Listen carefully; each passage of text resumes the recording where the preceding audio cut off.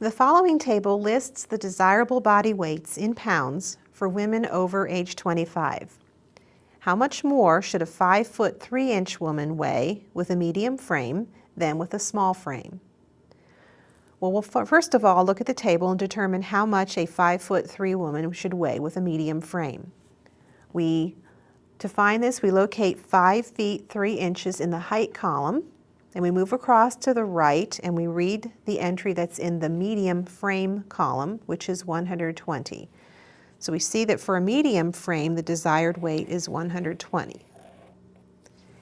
Now, if the woman has a small frame, we would again start at 5' 3" and we would move across to the small frame column and find that the desirable weight is 111 pounds.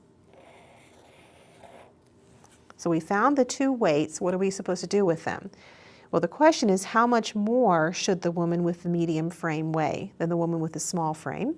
How much more gives us the idea of subtraction. So we subtract 120 minus 111 is 9 pounds.